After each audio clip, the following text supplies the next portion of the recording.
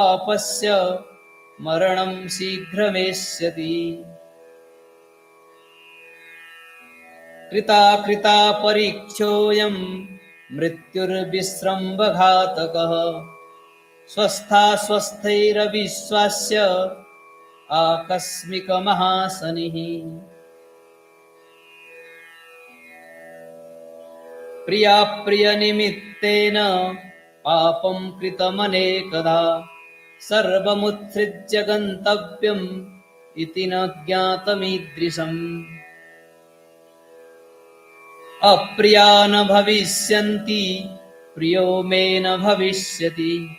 अहं च न भविष्यामि सर्वं च न भविष्यति। तत्तत् स्मरणतां याति यद्यद्वस्त्वनुभूयते। स्वप्नानुभूतवत् सर्वं गतं न पुनरीक्षते। इहैव तिष्ठतस्तावद् गतानैके प्रियाप्रियः। तन्निमित्तं तु यत् पापं तत्स्थितं घोरमग्रतः। एवमागन्तुकोऽस्मीति न मया प्रत्यवेक्षितम्। मोहानुनयविद्वेषै कृतं पापमनेकधा।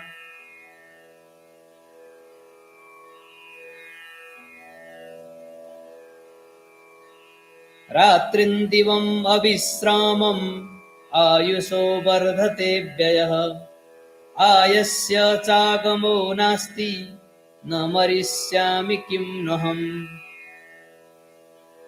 इह शय्यागतेनापि बन्धुमध्येऽपि तिष्ठता। मयैवेकेन सोढव्या मर्मच्छेदादिवेदना। यमदूतैर्गृहीतस्य कुतो बन्धुः कुतः सुहृत्।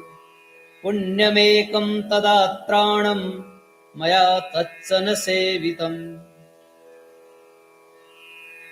अनित्यजीवितासङ्गात् इदं भयमजानता। प्रमत्तेन मया नाथ बहुपापमुपार्जितम्। अङ्गच्छेदार्थमप्यद्य नीयमानो विशस्यति। पिपासितो दीनदृष्टिः अन्यदेवेक्षते जगत्। किं पुनर्भैरवाकारैर्यमदूतैः अधिष्ठितः। महात्रासज्वरग्रस्तः पुरीषोत्सर्गवेष्टितः। कातरैर्दृष्टिपातैश्च त्राणान्वेषि चतुर्दिशम्। को मे महाभयात् अस्मात् साधुस्त्राणं भविष्यति। त्राणशून्यादिशो दृष्ट्वा पुनः सम्मोहमागतः। तदाहं किं करिष्यामि तस्मिन् स्थाने महाभये।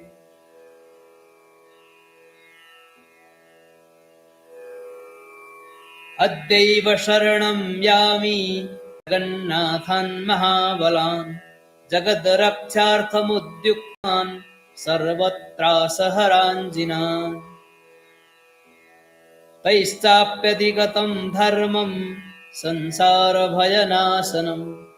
शरणं यामि भावेन बोधिसत्त्वगणं तथा। समन्तभद्रयात्मानं ददामि भयविह्वलः। पुनश्च मञ्जुघोषाय ददाम्यात्मानमात्मना। तं चावलोकितं नाथं कृपाव्याकुलचारिणं। विरौम्यार्तरवं भीतः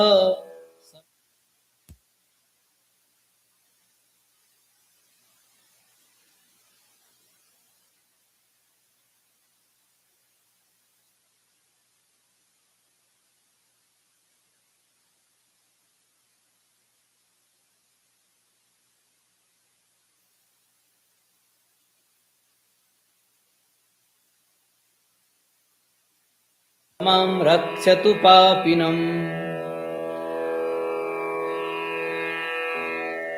आर्यमाकाशगर्भं च क्षितिगर्भं च भावतः सर्वान् महाकृपांश्चापि त्राणान् वेशि विरौम्यहम् यं दृष्ट्वैव च सन्त्रस्ता पलायन्ते चतुर्दिशं यमदूतादयो दृष्टास्तं नमस्यामि वज्रिणम् अतीत्ययुष्मद्वचनं साम्प्रतं भयदर्शन शरणं यामि वो भीतो भयं नाशयतद्रुतम् इत्वरव्याधिभीतोऽपि वैद्यवाक्यं न लङ्घये किमु व्याधिसतिर्ग्रस्तश्चतुर्भिश्चतुरुत्तरैः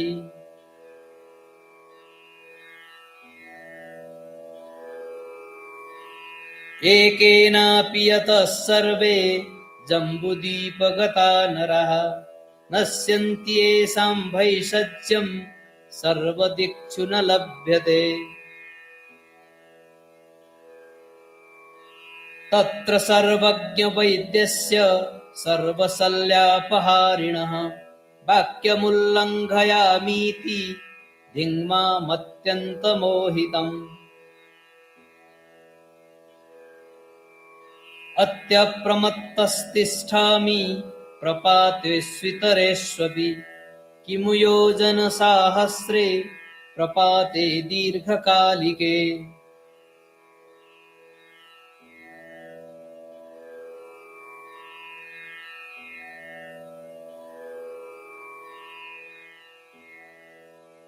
अद्यैव मरणं नैति न युक्ता मे सुखासिका अवश्यमेति सा वेला न भविष्याम्यहं यदा अभयं केन मे दत्तं निस्सारिष्यामि वा कथम् अवश्यं न भविष्यामि कस्मान्मे सुस्थितं मनः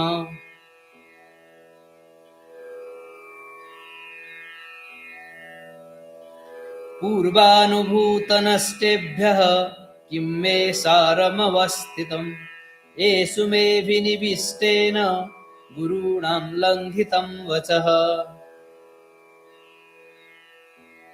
जीवलोकमिमं त्यक्त्वा बन्धुन् परिचितांस्तथा एकाकी क्वापि यास्यामि किं मे सर्वैः प्रियाः प्रियैः इयमेव तु मे चिन्ता युक्ता रात्रिन्दिवं तदा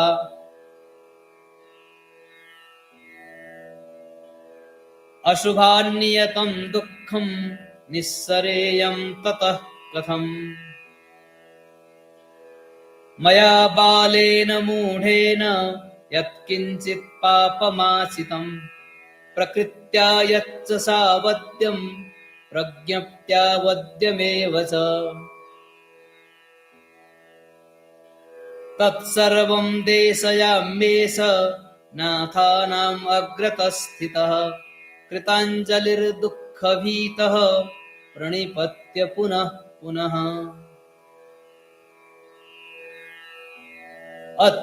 अत्ययमत्ययत्वेन प्रतिगृह्णन्तु नायकः अभद्रकमिदं नाथ न कर्तव्यं पुनर्मया अभद्रकमिदं नाथ न कर्तव्यं पुनर्मया अभद्रकमिदं नाथ न कर्तव्यं पुनर्मया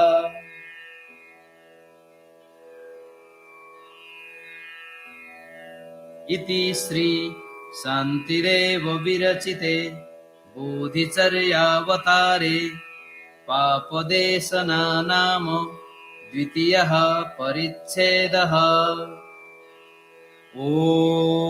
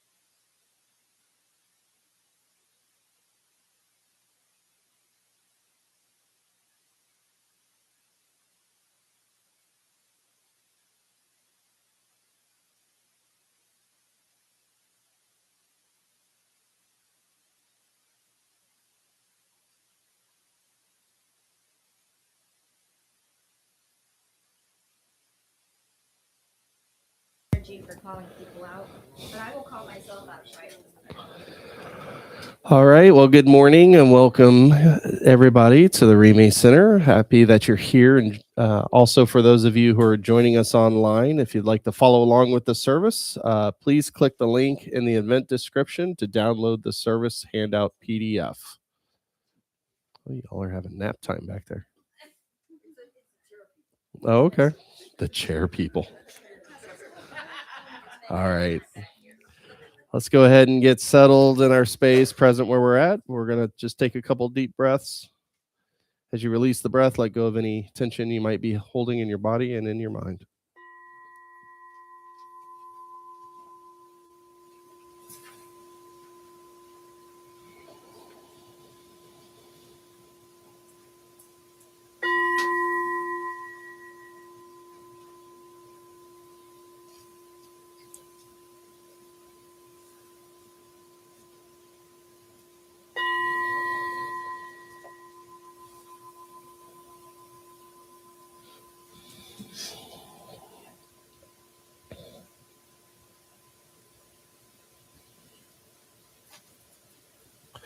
Refuge vows.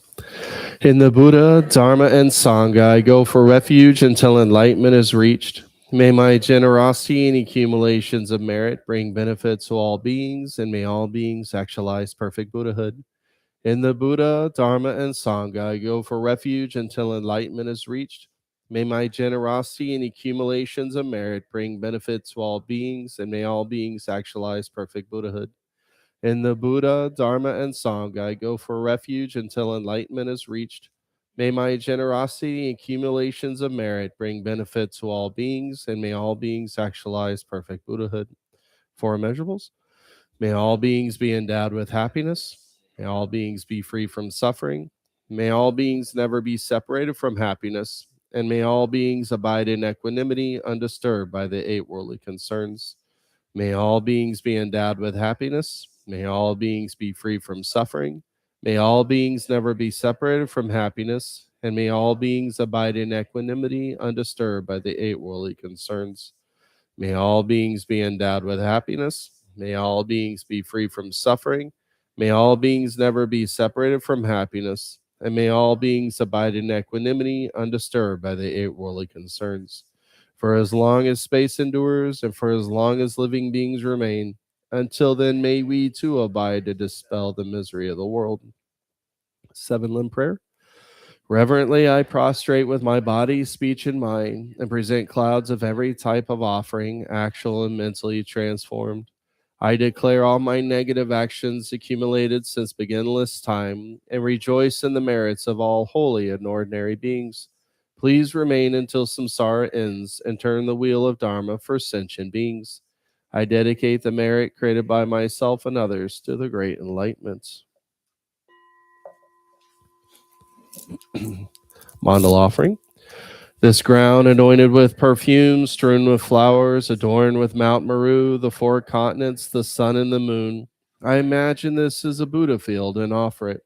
May all living beings enjoy this pure land.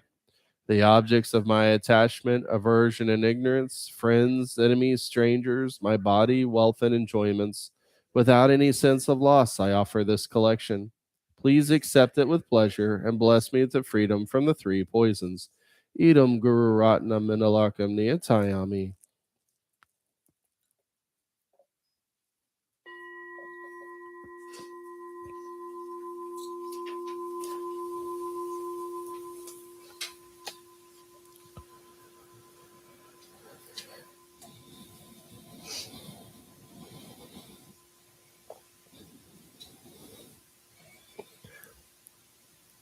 And so for this guided meditation,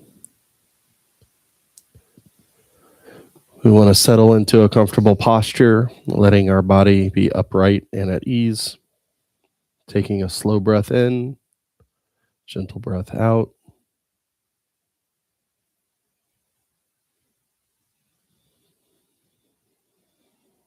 Again, breathing in,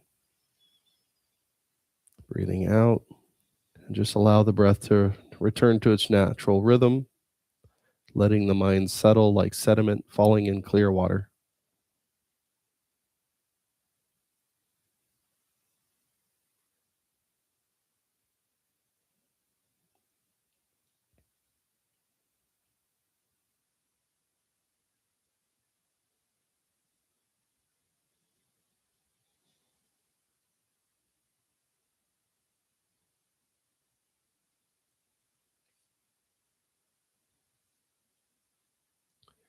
And now bring to mind the presence of other beings, not as ideas, but as living lives, each wishing to be happy, each wishing to avoid suffering.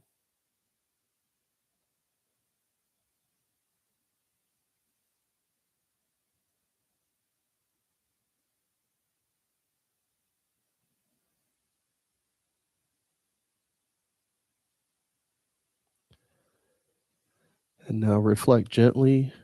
From beginless time, every being has been my mother. There's no need to force certainty on this. Just simply be open to the vastness of this possibility.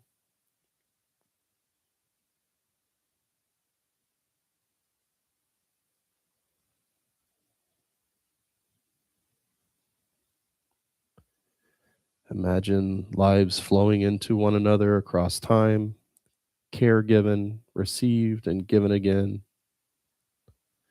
And just let your heart widen.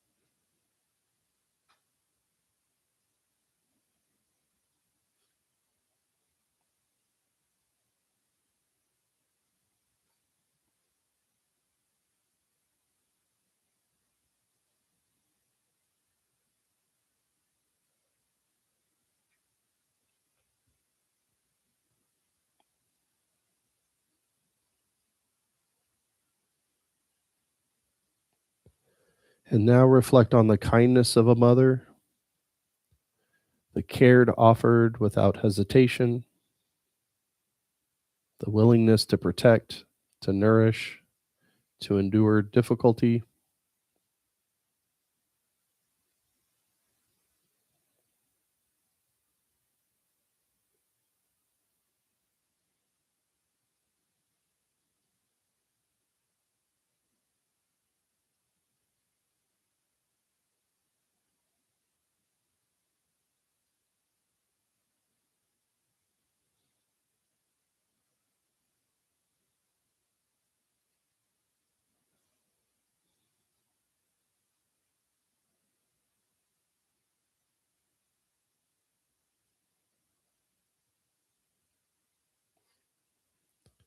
And recognize that every being has shown you this type of kindness again and again, even in ways that you cannot fully remember. And let this reflection move from thought into a felt sense.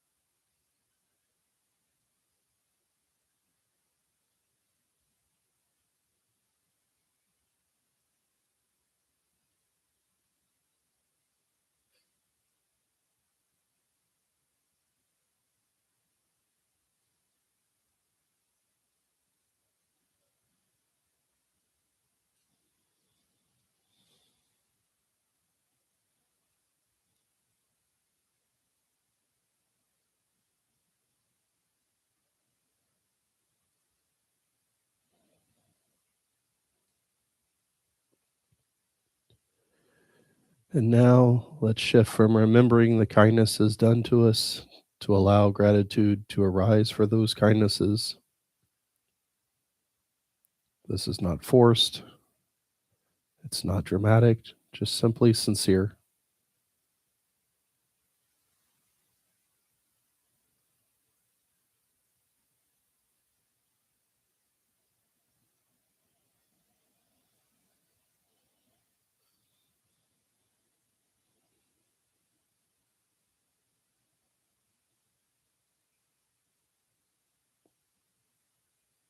And if it helps, you can reflect quietly.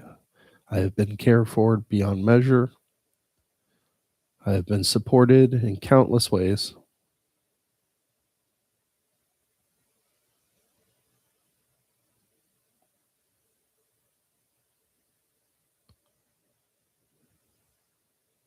But continue to think about the kindnesses of those who have supported you, allowing that gratitude to warm your heart.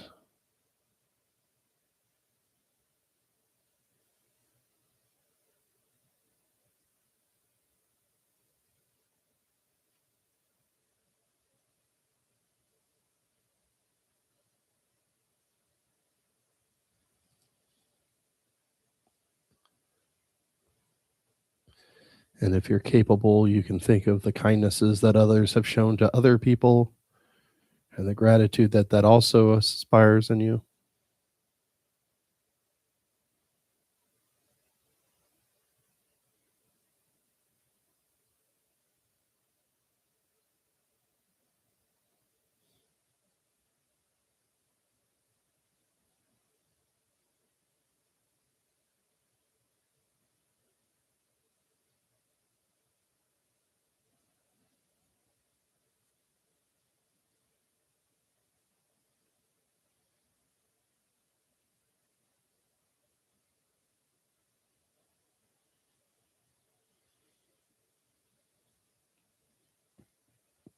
And now gently return this awareness to your body, feeling the breath, noticing the space around you.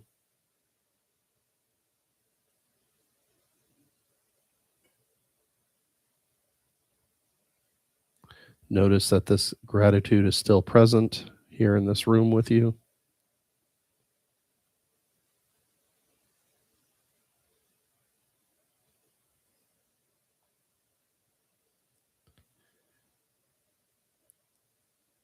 And when you're ready, softly open the eyes, wiggle the toes.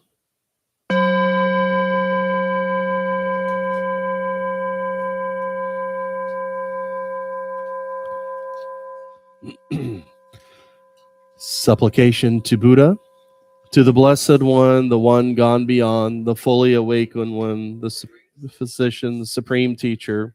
You came to this earth, and through your own efforts, you obtained the awakened state, overcoming all suffering and distress. Through your great compassion, you showed us the path to liberation. You taught us the merit of compassion, wisdom, and equanimity. To you, the glorious teacher, I prostrate. Do not commit any non-virtuous actions. Perform only perfect virtuous actions. Subdue your mind thoroughly.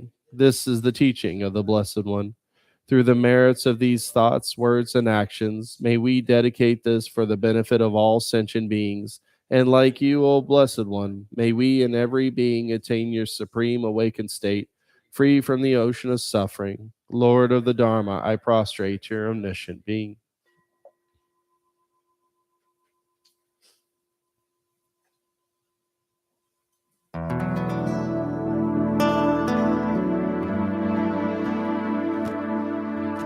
Om Muni Muni Ma Muni Soha. Om Muni Muni Ma Muni Soha.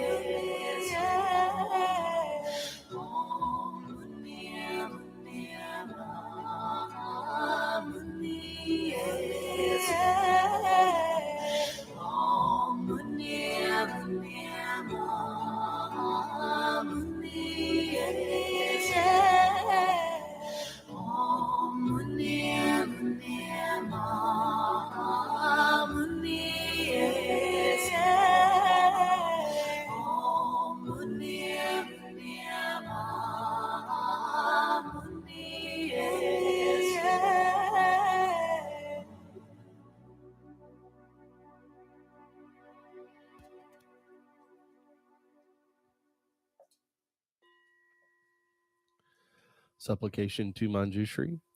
Om, homage to Manjushri, deity whose diamond speech cuts all suffering, whose clear mind is the embodiment of insight, wisdom.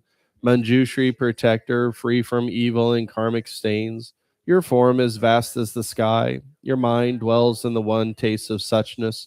Lord of wisdom, I prostrate to your omniscient being. Supplication to Maitreya. Om, Lord Maitreya, benevolent one, golden son of the primordial, emperor of the northern paradise. Around you the stars and spheres course and turn. Within the span of your breath, countless worlds rise and fall. Deity of innumerable names, called or uncalled, you are always present. May the pure heaven of Tashida always arise before us. Supplication to Palden Lamo. Soul Mother, Lady victorious over the three worlds, please pay attention here and now. You overpower the whole apparent worlds, samsara and nirvana, by heroically guarding the Dharma and Dharma holders with the four types of actions, like lightning. You soar up openly like a full moon in the midst of a garland of powerful Dharma protectors. Powerful Daikini protector, I prostrate your omniscient being.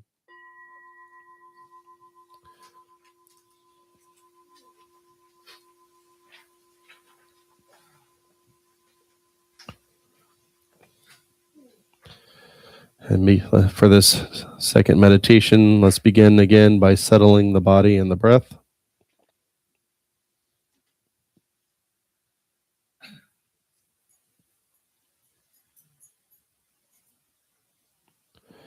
Feel the weight of the body supported. Let the breath flow naturally.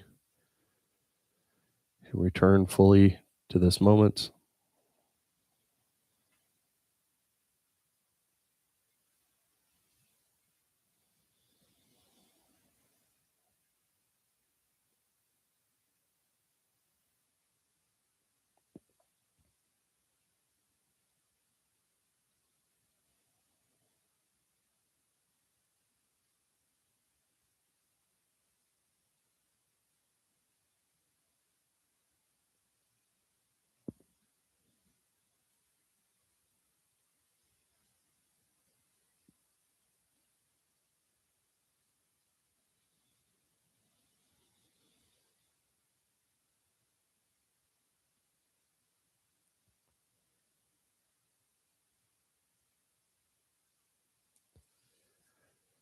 And now bring to mind what has already been cultivated, recognizing that all beings, as our mothers,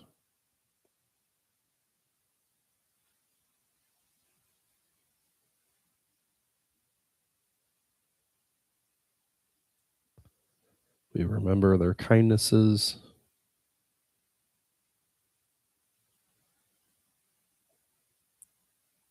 And we allow gratitude to arise naturally.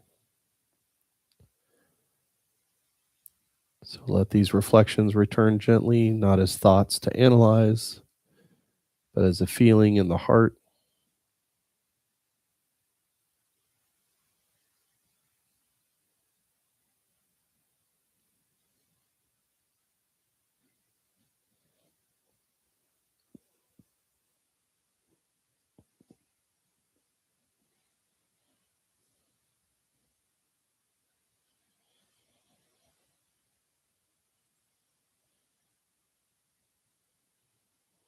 And from this recognition, from this kindness, from this gratitude, something begins to unfold naturally.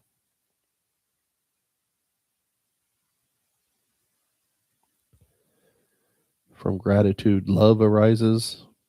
A simple wish forms. May all beings be happy. May they know well-being and ease.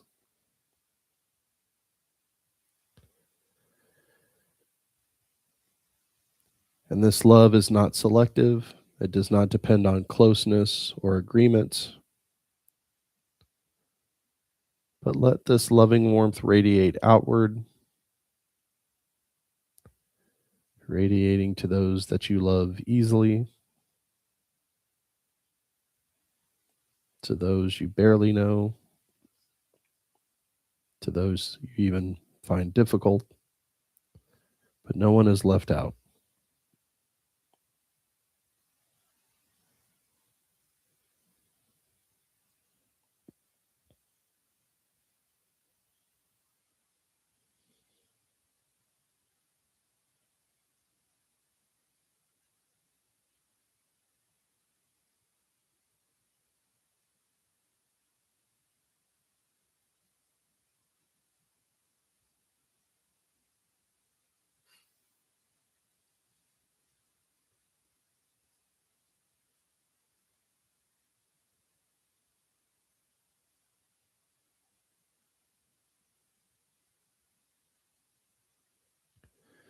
And now notice that those you love also suffer. They experience fear, confusion, loss, and pain. Allow compassion to arise naturally. Those wish that beings be free from suffering and its causes. This compassion is tender, not heavy or overwhelming.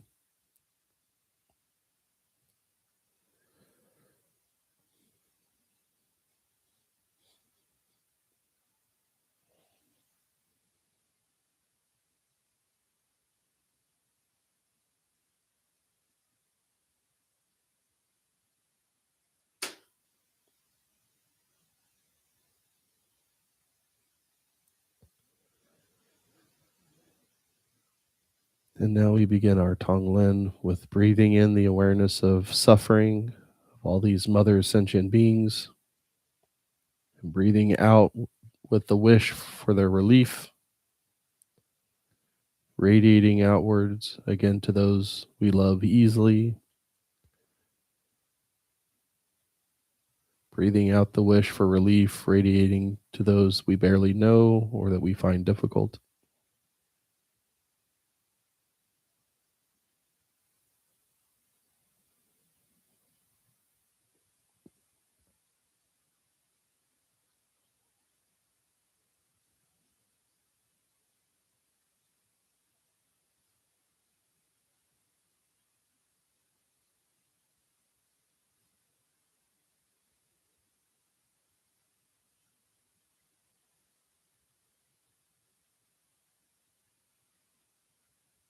As we breathe in or out, remember this should not be heavy or overwhelming, but we're just resting in this gentle love and compassion that's felt as tender.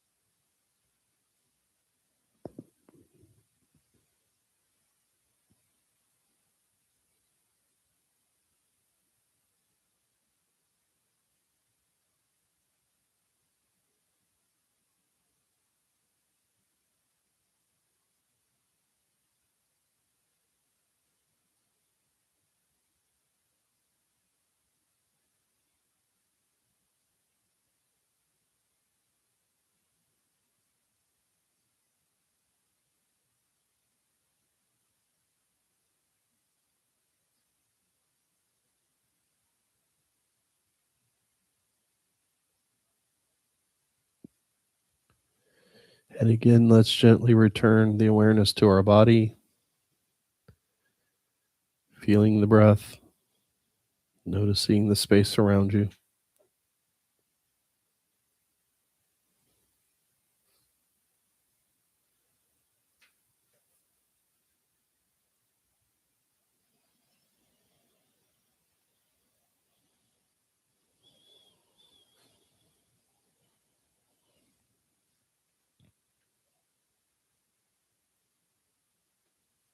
And when you're ready, again, let's softly open the eyes. Maybe you need to flex your shoulders, adjust your posture, wiggle your toes and your fingers. But just allow yourself to return present to this room, carrying that love and compassion with you.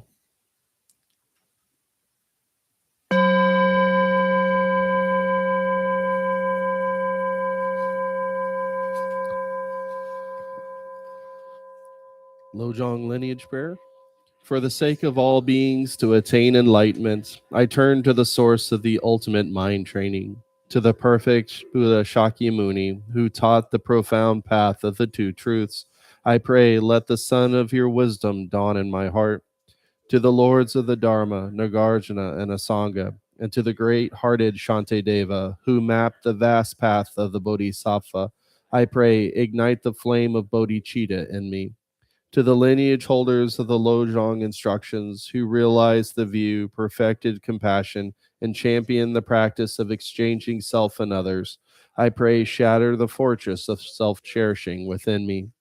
To Sherlingpa, Atisha, and Chekawa, to Tokme Zangpo, who lived what he taught, all who blended sutra into essence, I pray, may your realization awaken in me. To my kind root Lama, the embodiment of all refuges, from whom the living stream of this lineage flows, I pray, let your mind and mine become indivisible. Heart essence for awakening. Having received the blessings of the lineage, resting in the heart of indivisible mind, I turn these blessings into the path, applying the essence of mind training for the awakening of all beings. With these blessings, I will train in the preliminaries, remembering this life precious and fleeting, change, cause and effect, suffering born of self.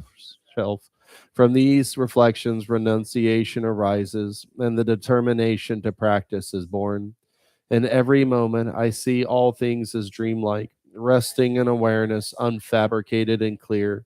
I free even the antidote in its own place. Breathing in the suffering of beings, I bring about joy and ease for all. When difficulty weighs heavily on the world, seeing the root, clinging to self, thus every challenge becomes the path.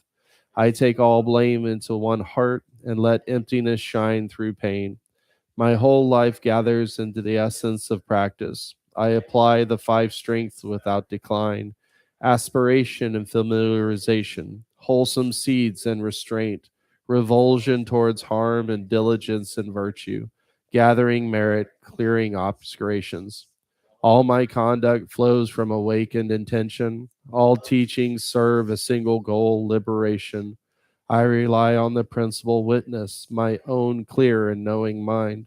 Joy dwelling within confirms the training. Impartial and free from display, I keep my word.